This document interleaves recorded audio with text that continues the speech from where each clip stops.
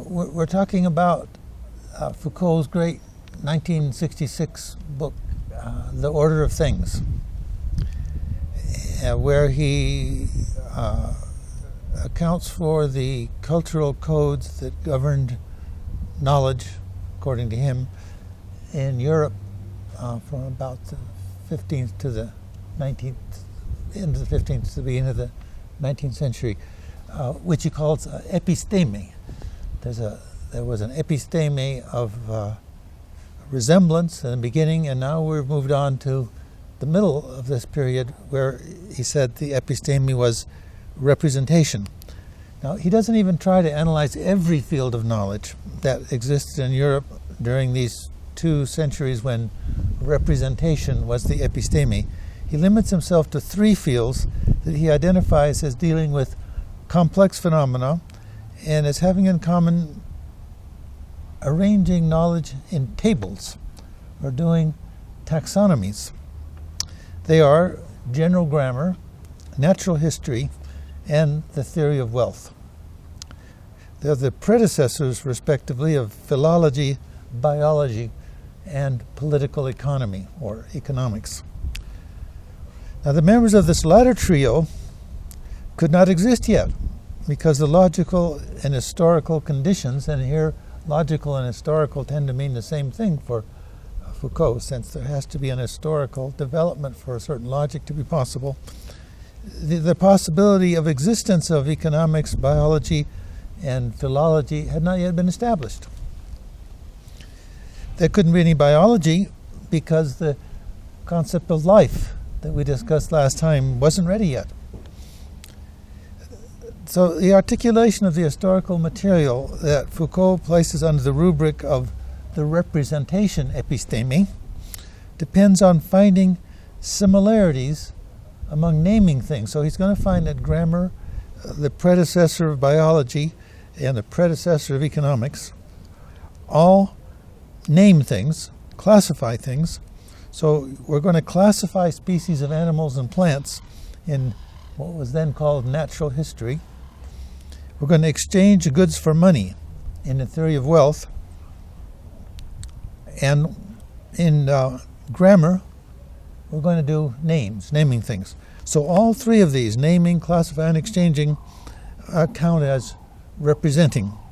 But they don't fall into the pattern of the representation episteme at the same time. Exchanging is late. What in French is called a décalage. It's not that this episteme comes into existence all at once in all 3 fields. It comes last in the field of political economy. Naming and classifying become representation early in the 17th century, while it took another half of century to bring wealth under the sway of its episteme by establishing that money represents wealth as signs represent what they signify. Money represents wealth as signs represent what they signify. And this was a sort of, this is the archaeology of economics as we know it today. Foucault explains, quoting Foucault, while in the last 2 cases, the mutation happened quickly, the 2 cases of grammar and biology, I'm quoting Foucault again, a certain mode of being in language appears suddenly in the Port Royal grammar.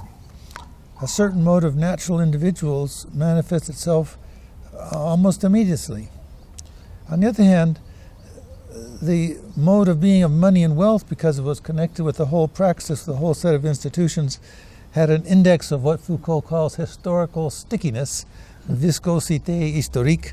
That was much greater. It took it longer to fall into the pattern of the episteme. One gets the feeling that the episteme is kind of sort of gradually arriving and asserting itself and becoming more dominant, and it took over grammar, and then it took over the study of natural history, and then last it took over the exchange and the practice of exchange of wealth. Natural beings in language did not need the equivalent of mercantilism to enter into the domain of representation, to submit themselves to its laws. I'm quoting Foucault. They did not need the equivalent of the long operation of in order to enter into the domain of representation and to submit themselves to its laws. So this episteme is a law which knowledge gradually submits itself to, in order to receive from them their signs and principles of order. See, this is about the principles of order that order knowledge. Well, okay, but this is almost the opposite of what one would have expected from Madness and Civilization, 5 years earlier. Back in 5 years ago, in 1961, Madness and Civilization, their sets of institutions led to new ways of thinking. Was that clear? Not completely. Okay. So what we're saying is that there's this way of thinking, it's episteme, that gradually takes over fields of knowledge, and it takes over the praxis of economics. Okay? This is 66. But in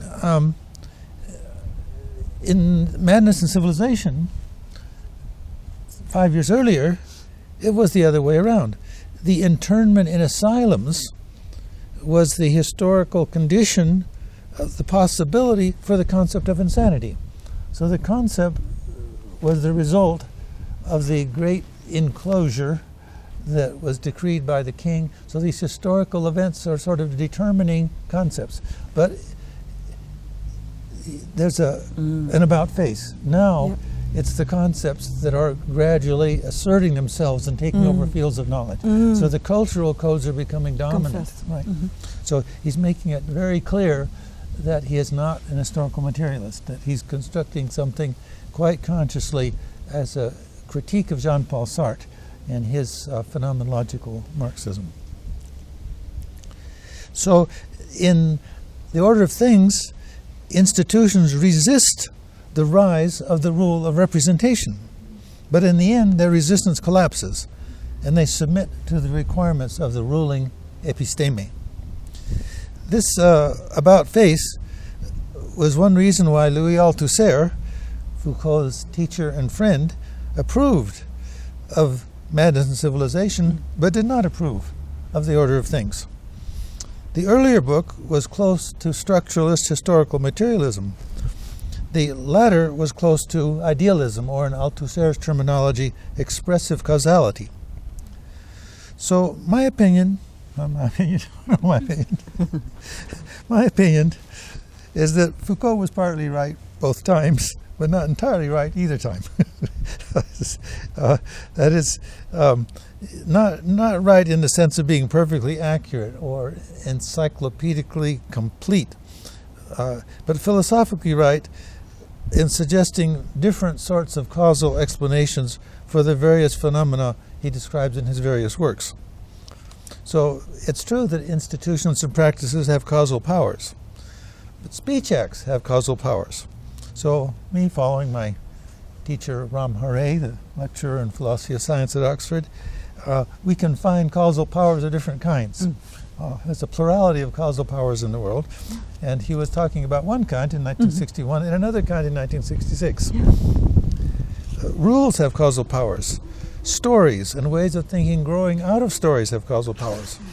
So a way of thinking is a loose category intended to include the tight notion of episteme.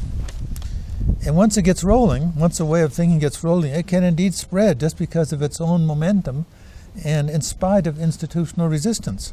A whole society can be blinded or illuminated by its ideology just because it is its ideology. Absolutely. One need not look far to find such a society in the modern world. To reply to the objection that Foucault would not accept the compliment I am paying him because the phrase causal powers was not part of his vocabulary and suggesting causal explanations was not part of his intention, well, one might add that Foucault not only didn't make causal claims himself, he tended to not approve of people who did. Here I quote, I would say, I would use the phrase of Jacques Lacan, where Jacques Lacan says he didn't know he knew. So I think as Foucault is wiser than he admitted here. He wrote a book which wasn't supposed to be about causal powers, but in the process he identified some important causal powers which, according to us realists, actually operate in history. But Althusser had other and better reasons for objecting. Even if one agrees with me that at this point in time the issue of material causes versus ideal causes should be cheerfully disregarded as a non-issue, because both of these two supposedly opposed categories have now been superseded by better ways of talking about science, one should still acknowledge that leftists in Paris in 1966 were not wrong to recognize in the order of things a salvo fired against them. There's a summary of their critical reactions in Eddie Bohn's biography of Foucault, Part 2, Chapter 5. So archaeological analysis in terms of the episteme of the age had the consequence that questions leftists think are important, such as the question whose interests are served by an ideology, were dismissed as irrelevant. They were surface effects above the archaeological level. For example, in a long discussion of the various economic theories of the classical age, full of quotes, airing bourgeois commonplaces that Marx satirized, such as the commonplace that everybody gains by trade, since each party didn't consider it a good deal, they would make it. So Foucault goes through all of this sort of historical material with a straight face, saying this is what they said. But it's not because he takes common liberal economic ideas like everybody gains by trade at their face value and agrees with them, but because Foucault thinks of himself, and maybe is, saying something at a wholly different level. He's not at the level of how people fire salvos against each other in ideological controversy. He's at the level of the possibilities of meanings within the episteme of a culture at a certain time. So Foucault shows, and I think he's convincing on this point, that whatever their point of view was, whatever interest they thought they were arguing for, these 17th and 18th century debaters were disagreeing with each other. They were disagreeing with each other within a common framework. They had a common episteme within which they disagreed with each other. And this episteme governed the possibility of their discourse, even though they thought of themselves as representing different interests. So when Foucault finally gets to a question about whether an ideology serves class interest, he writes, I'm quoting Foucault, "It is necessary to distinguish carefully between two forms and two levels of study. One would be an opinion inquiry to find out who in the 18th century was a physiocrat and who was an anti-physiocrat. Those are schools of political economy at the time. What were the interests at stake?" I'm quoting Foucault again. "What were the points and arguments in the polemics? How the struggle for power played out?" That's one. Now, two. The other, says Foucault, consists in without considering the personalities, without considering their histories, without defining the conditions, what we're going to do is we're going to define the conditions in which it was possible to think coherently and simultaneously both the knowledge, this is the savoir, the knowledge of the physiocrat and the knowledge of the utilitarian. The anti-physiocrat was the utilitarian. The first analysis would lead to a doxology. Now, what do we mean by doxology? Well, we mean we're sort of suggesting that Marxists are theologians, which is a sort of a favorite way to dump on Marx, to describe it as a theology. The first analysis would lead to a doxology. That is to say, to a set of orthodox beliefs. I'm not saying that this way of making fun of Marxists doesn't have some validity. You can find all sorts of narrow-minded Marxists who are extremely sectarian. So there's a point to this use of the word doxology here. But nonetheless, I think it's something of a jibe. But, continue to quote Foucault, archaeology, that's Foucault, archaeology can only recognize and practice the second. So he's not going to get into this ideological controversy. He's going to get into what it presupposes, the possibilities of discourse that it presupposes. Now, David Carroll, in an important article, argues that the key concepts that Foucault invented in his 1966 book, namely Archaeology and Episteme, already positioned him to be what he became in the 1970s, along with Gilles Deleuze, Jean-François Lyotard, Jean Baudrillard, and the Nouveaux Philosophes. They already positioned him to be a leader in the wave of anti-Marxism that was sweeping Paris in the 1970s. So in a way, Foucault was a precursor of sort of setting up the logical series of concepts that would be the sort of new philosophy moving Marxism out of the universities in France in the 1970s. Carroll writes on, and I quote Carroll, "In Foucault's archaeology, events in their traditional historical sense, events produced by human subjects, individual or collective, are considered to be of only superficial interest, surface rather than fundamental, non-events in the archaeological sense. The only true events are epistemological events, those produced by changes in the episteme."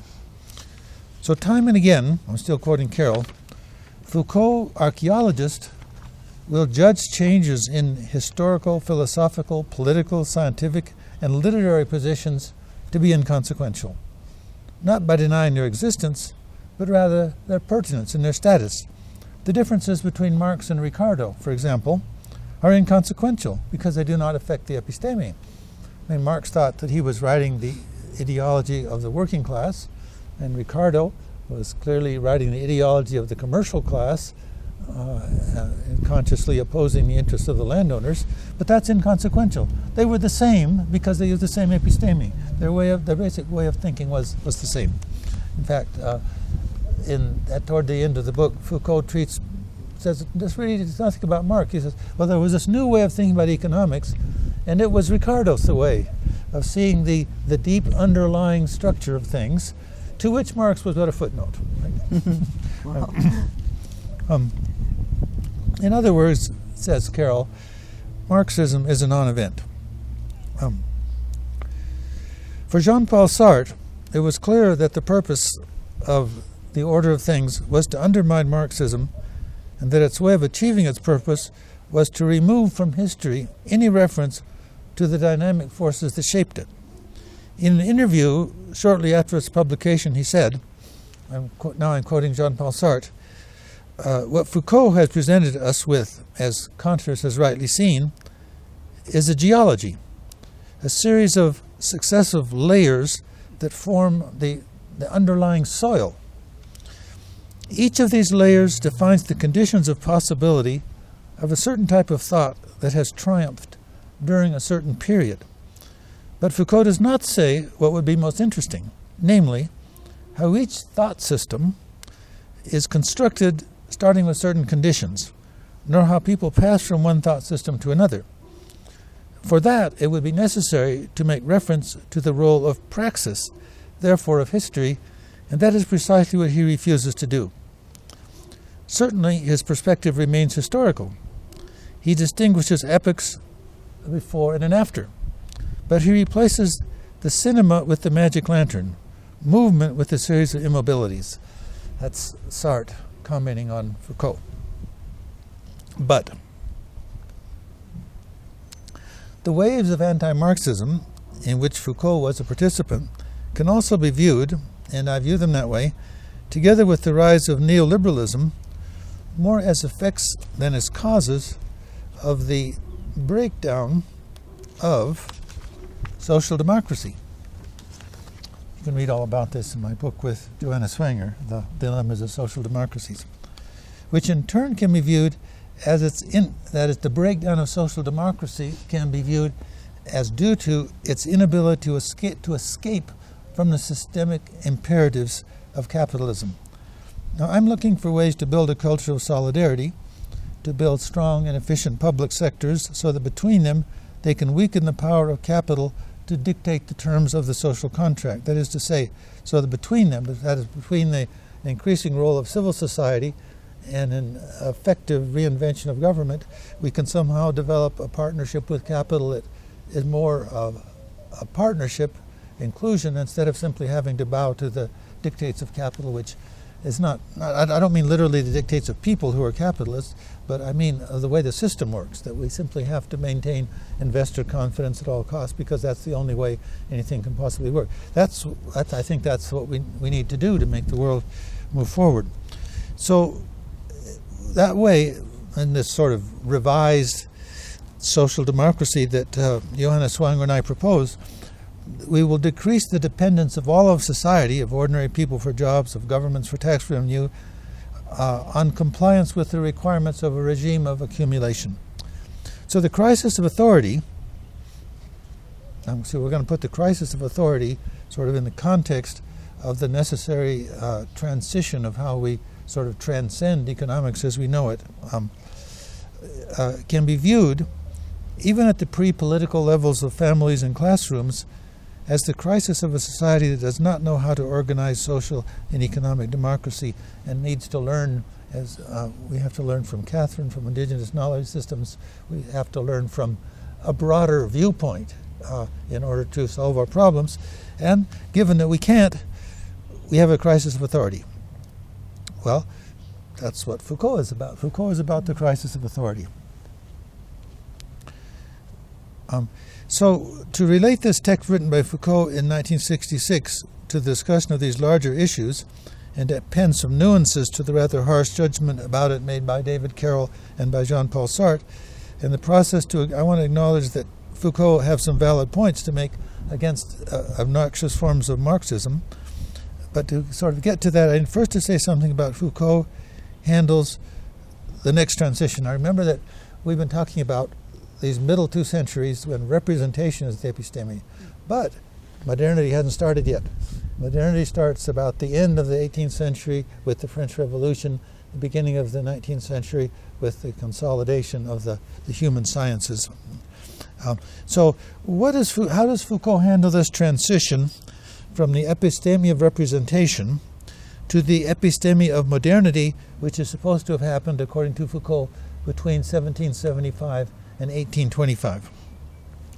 Now I'm going to quote Foucault. The last years of the 18th century are broken by a discontinuity symmetric to that which broke at the beginning of the 17th, the thought system of the Renaissance. So he wants to make a parallel. At the end of the Renaissance, we shifted from resemblance to representation, and at the beginning of the 19th century, we shift from representation to our modernity, what he calls notre modernité.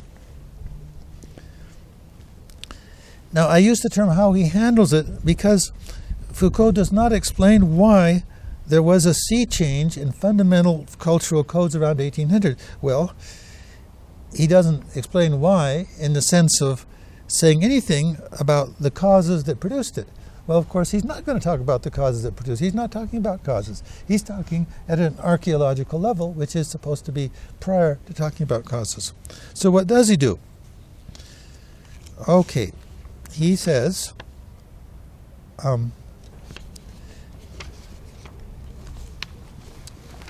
my feeble attempt to translate that's French text. In my version in English, Foucault says, archaeology, for its part, should follow the pattern of appearance in the train of events. So he's just talking about the pattern that appears in the train of events. He goes to the library, he reads the books, he finds the patterns in the forms of knowledge, and that's the way it is. There was a change about 1800, and here's what it was. So it should say how the configurations proper to each, and here I simply cannot translate, positivité or positiveness are modified. So it just shows how these configurations are modified over time. Well, what does he mean by positivité? This word positivity, which becomes very important 3 years later when he publishes his next book, it seems to refer both to a pattern of phenomena and to an episteme. As the episteme is the way you talk about the phenomena, the way you see the phenomena, and the way you think the phenomena, but the positivité seems to be also a pattern in the phenomena itself, and that what we just see happening in the world, it's also about how we see it. It is what is given at any given period of time. But Foucault has taught us that what is given is never simply given by nature. It's always given by history. Briefly, in some sense that is still problematic, which Foucault himself will try to clarify, Foucault will tell us what happened to knowledge between 1775 and 1825, which constituted what we're still living in today, but he won't say why. He just say it happened. In an important sense, Foucault can't say why. Well, he can't say why for a deeper reason we haven't mentioned yet. He can't say why, and he's very conscious of this. He can't say why because what counts as saying why changed between 1775 and 1825. So the very idea of what it means to be a cause changed in that 50-year period. So he can't say why it changed because the very meaning of change and why things changed. So we observe the sort of change in the nature of knowledge and what knowledge is, which includes what counts as cause and effect.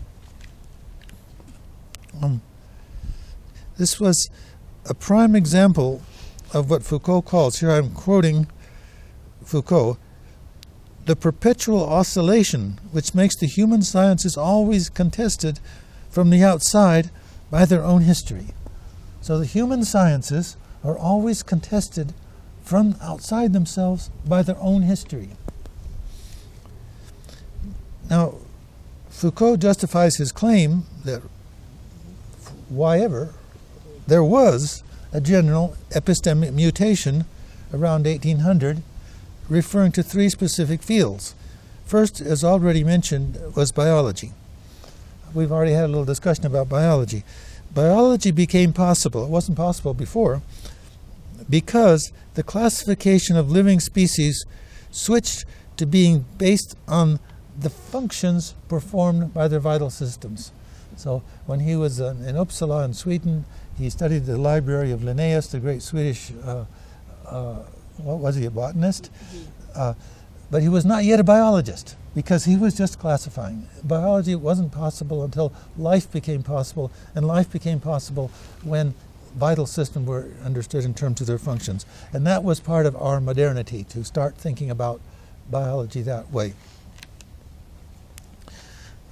Second, philology, linguistics became possible because the study of language shifted from studying the meanings of words to studying the transformations of grammatical systems. So we couldn't have linguistics, which is a sort of a flagship science for modernity. It's flagship science to the extent that it seems to be taking over biology because DNA seems to be a kind of linguistics. The linguistics only became possible when you stopped doing representations showing which word stands for which thing and started talking about the transformations of grammatical systems. And that constituted modernity in linguistics the way that life constituted modernity in biology. Thirdly, political economy became possible because, now, quoting Foucault, since Ricardo, the possibility of exchange is founded on labor, that is to say, on a labor theory of exchange value, and the theory of production, from his time forward, had always to precede that of circulation. I don't think that's true about economics, but it's important that Foucault says so, that the theory of circulation had to be preceded by the theory of production. Well, of course, that's Marx. Marx is the great sort of analyst of how you cannot explain profit at the level of circulation. You have to understand the exploitation of workers in the sphere of production to explain profit. But he doesn't mention Marx. He says it was Ricardo who thought of it. And then he said that ever since that's what economics has followed, that's what Foucault says. So actually, Foucault wrote this in Paris in the early 1960s. He did not anticipate that Chicago economics would, in the late 20th century, lead to a comeback of theories giving circulation priority over production. at that time. So, what do these three disciplinary mutations have in common? The one in biology, the one in linguistics, and the one in economics. What makes them elements of a general culture shift is that origins, causality, and history come from, I quote Foucault, great hidden forces starting from primitive and inaccessible cores. He might have mentioned geology with the theories of the tectonic plates, or he could have mentioned Freud with the theory of the subconscious as typically sort of modern theories in which there's something that we don't see, the great hidden forces hidden from primitive and inaccessible cores that determines what we do see. From now on, things would no longer come to representation anyway. I'm quoting Foucault's very poetic language. From now on, things would no longer come to representation anyway, but on the basis of that thickness retired into itself. Troubled perhaps and rendered more somber by its obscurity, but knotted strongly to themselves, assembled or divided, grouped without appeal by the vigor that hid them there down below in that depth. So the depth is the deep functions of the biological system that determine the appearance on the surface, the deep functions of the economy that determine what appears on the surface in buying and selling. And he could have added the deep tectonic plates down in the earth and the subconscious mind. I think the only reason he didn't add them was he thought everybody already knew about them. So it's this depth which creates our modernity. The episteme of modernity cannot be neatly named with a single word, like resemblance or representation. Its consequence is dispersion, not unity. Descartes' famous deduction, "I think, therefore I am," no longer works. I'm going to quote Foucault again on this. Can I say indeed that I am this language that I speak? Can I say that I am this labor that I do with my hands, but which escapes me not just when I finish it, but even before I start? Can I say that I am life, that I sense in the depth of my being, but which at the same time envelopes me? What does work for a time, at least to the extent of creating an illusory concept of humanity that has enjoyed considerable prominence for nearly 2 centuries, is Kant's transcendental account of human nature. Okay, well, this is getting confusing, right? Okay, so he says, well, in this modern world, we lose the self. Where Descartes said, I think, therefore I am. Here I am, the self. And I found myself because I found myself as a thinker. But now I'm not a thinker. It's these epistemes that are manifesting themselves in me. Right? I'm just a location where the episteme happens, where it does its thing, developing knowledge. Having said that, there was a temporary illusion of humanity that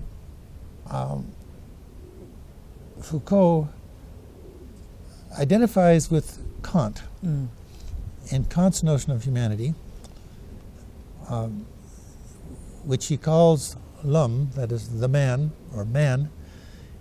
And he says this illusion lasted for a time and then ended, and therefore humanity ended. Because what humanity was in early modernity was Kant's concept of humanity.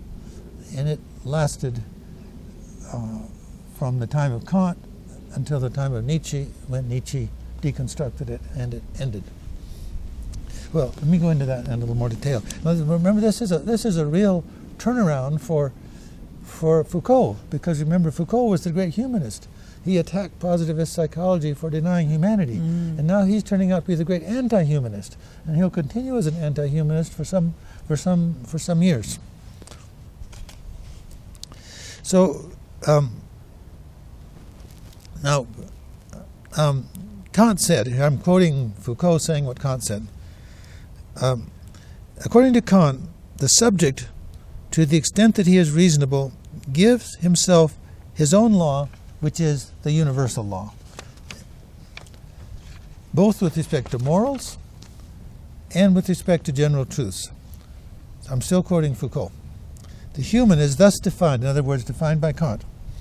Human is thus defined as a double being. The human is thus defined as a double being. Foucault interpreting Kant, right? An empirical being, that's one part, studied by biology, linguistics, political economy, and the other sciences, but also, at the same time, a transcendental being, what Kant called a rational being. I'm quoting Foucault, whose transcendental rationality established the conditions of possibility of experience. For example, the condition without which experience would not be possible, that there is a three-dimensional space to have experiences in. Okay.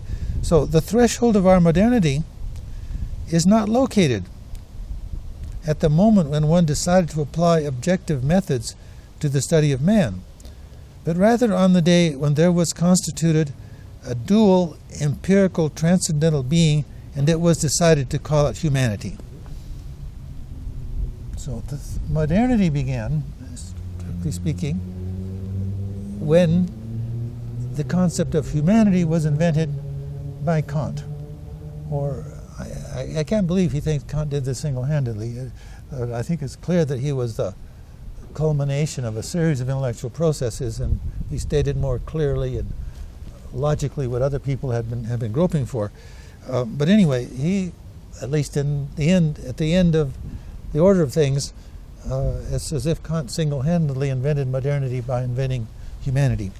And so humanity became this double being, something that could be studied empirically by the social sciences, but at the same time a transcendental being who gave himself the moral imperative.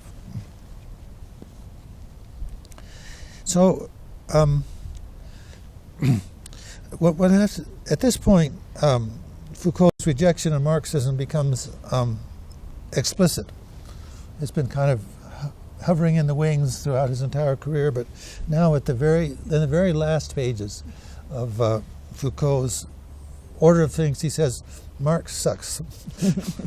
So, but having said that, it's sort of rejecting all what he calls gauchis, or all leftisms, he still accepts many of the characteristic doctrines of Marxism, if not as truth, then at least as central characteristics of the modern episteme that has rejected the bourgeois commonplaces so prominent in the 17th and 18th century theories of wealth. These characteristic doctrines include the priority of production over circulation, capital accumulation, the labor theory of value, the theory of surplus value, and the concept of alienated labor. The conceptual mutation that led to these modern ideas is attributed to Ricardo. So all these ideas are all attributed to Ricardo, and Foucault accepts them. But at least he accepts them as the modern episteme. Whether it's not eternal truth, it couldn't possibly have an eternal truth in Foucault's way of thinking, but they're central to the modern episteme. And in the last analysis, these are due not to any individual, but to a general shift of cultural codes which made Ricardo possible. So I think he must have meant there was a general shift of cultural codes that made Kant possible too. With respect to these, Foucault regards Marx as an optimist and Ricardo as a pessimist. You have to repeat that sentence. Okay. I'll repeat this sentence because of the motorcycle going by. So with respect to these, he does mention Marx a little bit, but he says Marx was an optimist and Ricardo was a pessimist with respect to all of these economic concepts that they share. He also connects phenomenology with Marxism. So obviously he has JeanPaul Sartre in mind, because as far as we know, the only phenomenological Marxist in history was JeanPaul Sartre. So, but he connects them. He disparages both of them once, and he insists there's an essential connection of one with the other. You might not believe it, but if you don't believe it, he thought phenomenology and Marxism were sort of similar, and they had made the same basic mistake. Look on page 332 of the book. Right? So it's if Foucault had been reading my book, or reading Charles Taylor, and then had agreed with us that the interpretation of the lived world can only lead to a critique of it reminiscent of Marx. So you see, I said a minute ago that that it seems a little odd to attack phenomenology and Marxism together when the only known phenomenological Marxist is Sartre. And now I'm throwing in another whole different perspective, and that comes from Charles Taylor. And not Justin Taylor, but from a whole bunch of people who have sort of taken this idea of interpretation, which we find pioneered by Heidegger, and that everything is interpretation, which in a sense Foucault is also all about too, and said, well, look, what happens if we interpret the basic constitutive rules of the world we live in? Well, then we get some analysis of economics. It's not really Marxist, but it certainly bears a certain similarity in the sense it's able to explain the same phenomena that Marx explained by saying this is the way the rules work. And the rules are human. The rules are you have to be a self-interpreting being, in Heidegger's language, to be the kind of being who formulates and follows rules. But once you set up the particular rules we have, you get the economy have, and if you read either Adam Smith or Karl Marx, whatever economist you read, they're all talking about the same rules. And so it's a sort of a cultural structure that establishes the same economy that all the Marxists and all the non-Marxists have been talking about. So, so if I can say without getting, I want to say that within this script, this sort of amazing few pages at the end of The Order of Things, Marx plays the modest role of the author of optimistic variations of themes from Ricardo. Elsewhere, Foucault puts Marx and Freud together as the two most important path-breaking founders of modern discourse. So he didn't really forget Freud when he talked about the sort of underlying depth of modernity. He just didn't mention him in that particular book, but elsewhere he does. Okay. Let me say a little bit what I think and what my various co-authors think. I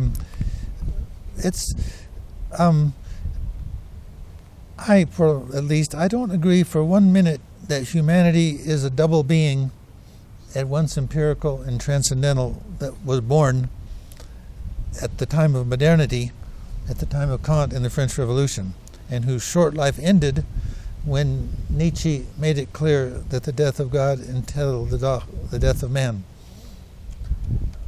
I think humanity began much earlier. It began in Africa. Well, it began with the human beings have created many cultures over many thousands of years. We didn't begin in the late 18th century in France.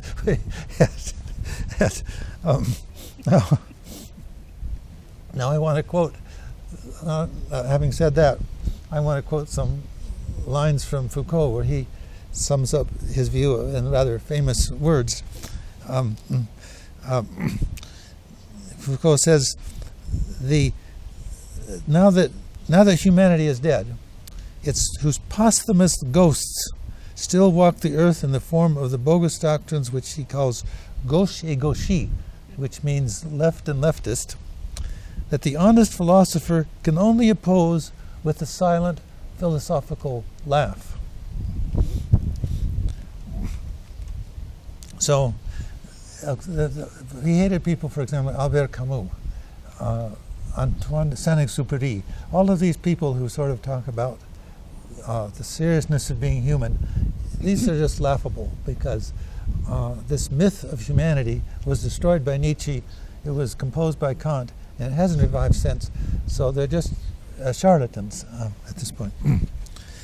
But humanity was born some 200,000 years ago, more or less. Humanity has invented many cultures.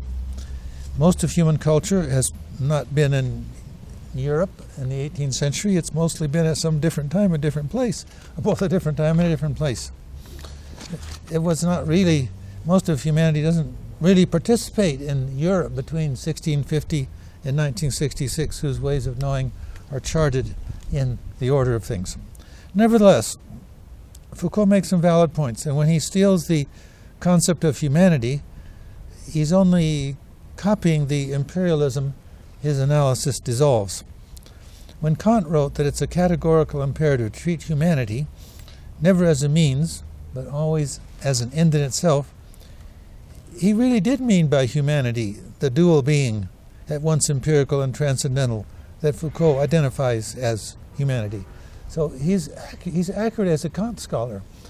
He actually edited a book of Kant's writings on anthropology, in other words, Kant's concept of man. As far as I know, it was never published, but he prepared it for publication. Maybe he decided not to publish it. But he made a very detailed study of Kant's concept of humanity, and as far as I can tell, he's really right. That's really what Kant didn't mean. He didn't mean human beings are both empirical and transcendental at the same time, and that's why you have to respect them as means and not ends. Yep. Excuse me, as ends and not means. Yep. So, when Foucault names the concept of humanity as masculine, he deliberately evokes its links with patriarchy. In the French Revolution, in Kant, in Auguste Comte. Remember that in Kant, women don't get the right to vote because they're not rational, and also they don't own property. So there is a very heavy patriarchal streak in Kant. So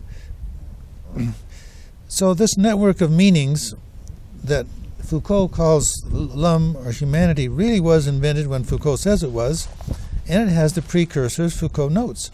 It really was the object of worship in Auguste Comte's religion of humanity, and it really has become the official moral framework for the period Foucault calls modernity, which, following Wallerstein, I prefer to call the liberal period of the modern world system.